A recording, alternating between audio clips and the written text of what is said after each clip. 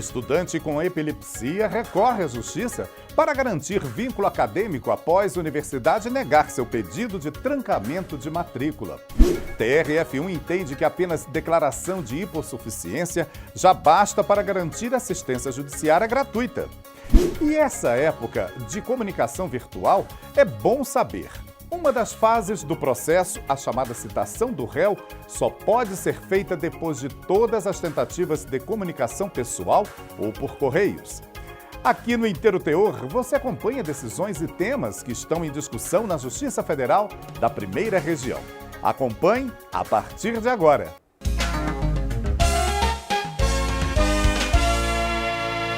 Problemas de saúde levaram uma estudante a trancar inúmeras vezes a faculdade, até que a instituição não aceitou mais os pedidos dela.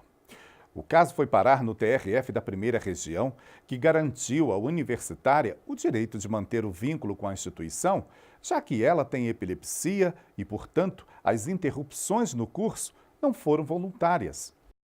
Veja com Daniela Garcia essa história e outras possibilidades de trancamento de matrícula.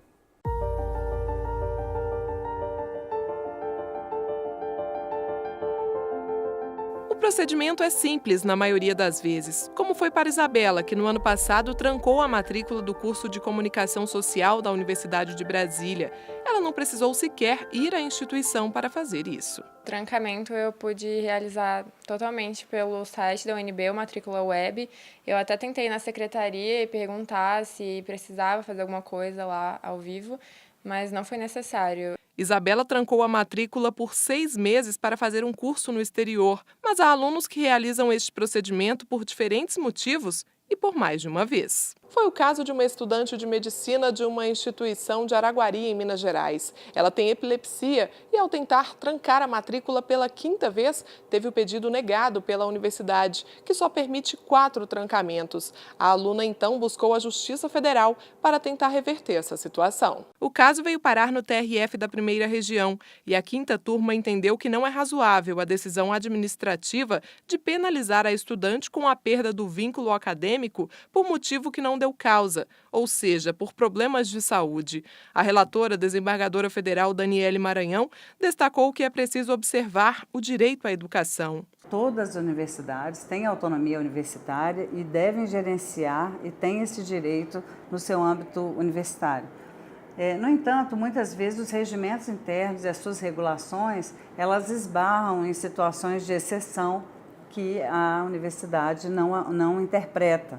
E por isso a pessoa busca o judiciário e esse foi o caso. E foi demonstrado que as interrupções do ensino não se davam por aspectos voluntários, e sim por questões de saúde muito grave, o que demonstrava inclusive que o aluno tinha um interesse muito grande no ensino, porque continuava desejando ser aluno de curso superior. Na opinião da Isabela, que por enquanto não precisou trancar novamente a matrícula do curso, os casos devem mesmo ser analisados de forma individual. Eu entendo a universidade de botar um prazo limite, até porque é importante que os alunos se formem para dar continuidade ao processo de ensino público, mas ao mesmo tempo existem casos especiais que merecem serem analisados separadamente.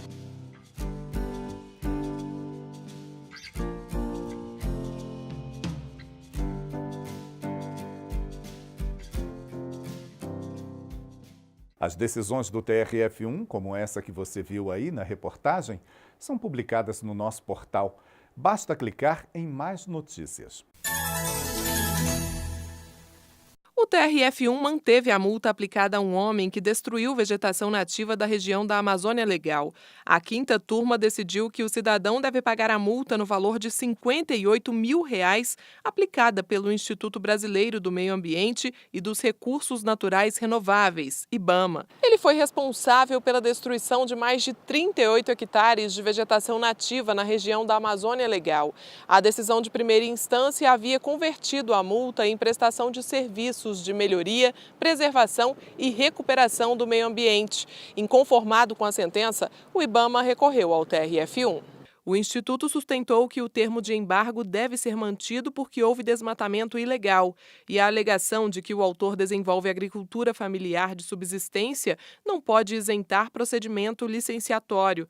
Acrescentou que a conversão da multa é ato discricionário. Ao analisar a situação, a quinta turma acolheu as alegações da autarquia e destacou que o desconhecimento da lei por parte do autor não é justificativa para afastar a atuação do Poder de Polícia Ambiental. E uma médica brasileira formada em país que não atende a critérios do Mais Médicos conseguiu autorização no TRF1 para participar do programa. Por ter menos de 1,8 médico para cada 1.000 habitantes, o Paraguai é um dos países que não se encaixam nas regras do programa Mais Médicos, visto que a finalidade da exigência é a de não gerar prejuízos aos países deficitários. Por este motivo, uma médica brasileira que se formou no Paraguai, mas que vive em Foz do Iguaçu, no Paraná, pediu à Justiça Federal que autorizasse sua participação no programa.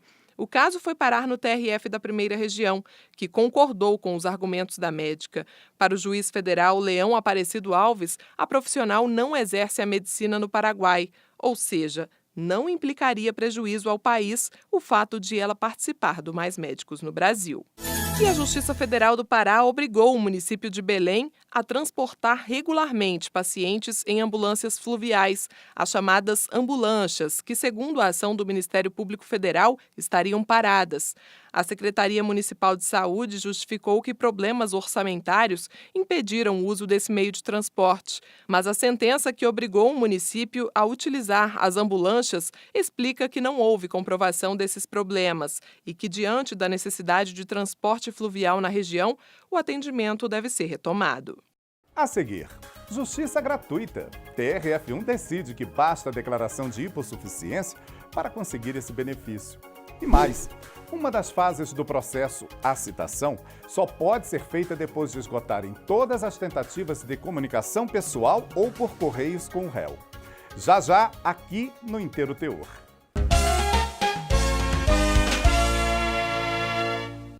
TRF1 entende que apenas declaração de hipossuficiência já é suficiente para garantir a concessão de assistência judiciária gratuita. Confira.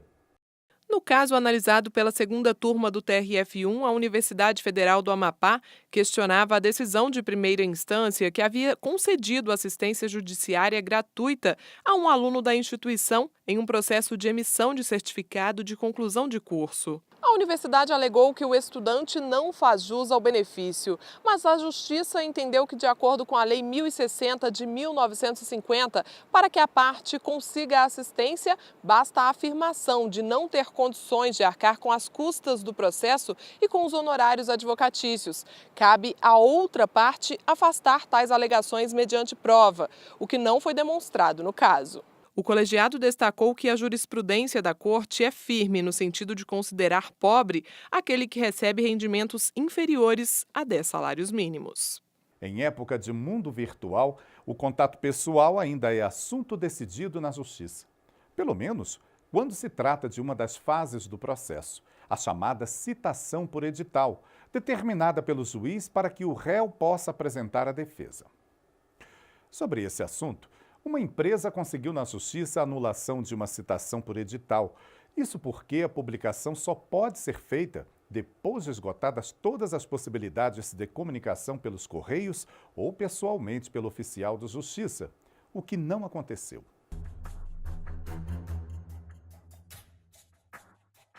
Uma visita inesperada.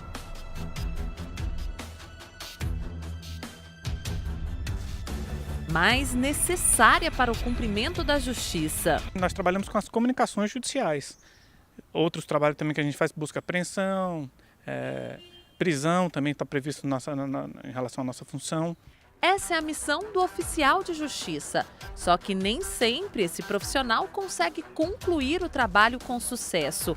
A falta de informações atualizadas, como o endereço, por exemplo, é o que mais dificulta, como nesse caso. Foi determinado a intimação de possíveis herdeiros de uma pessoa que demandou em juízo, ganhou o processo, e esse processo está parado, e esses herdeiros, a gente no momento nós não temos informação sobre eles. Então, muito provavelmente vai ser feita uma comunicação por edital. Esse é o próximo passo para localizar as partes.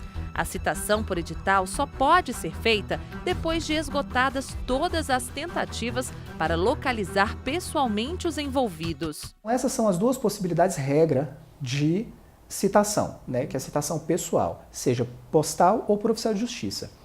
Não sendo elas suficientes, abre-se a possibilidade de que a citação seja feita por edital. Uma empresa com pendências na Receita Federal foi notificada por edital e pediu na Justiça a anulação da citação. O empresário alegou que não foram esgotadas todas as possibilidades de contato pessoal. O caso foi parar no Tribunal Regional Federal da Primeira Região. Ao analisar o processo, a 7ª turma do TRF1 entendeu que não basta o cumprimento do mandado por oficial de justiça apenas em um endereço fornecido pela parte interessada. Além disso, cabe ao executor tentar todos os meios à sua disposição para a localização pessoal do devedor antes de autorizar a citação por edital, que é menos efetiva e de maior custo. Na opinião da relatora, desembargadora Ângela Catão, com todos os recursos que existem hoje, é quase impossível não localizar uma empresa ou uma pessoa. Hoje em dia não se justifica a citação por edital. Não se justifica. Você tem hoje muitos meios, ninguém fica sem atividade alguma. Você pode fazer compra na internet, você pode fazer o quê? Sei lá, no comércio. Quem tem uma atividade, né, quem é funcionária pública, quem tem uma atividade comercial, ela existe, então ela tem que ser encontrada. Esse foi o Inteiro Teor com notícias sobre a Justiça Federal da Primeira Região. Você pode ficar com a gente no nosso portal e também nas redes sociais, Facebook, YouTube e Instagram. Até o próximo programa. Tchau!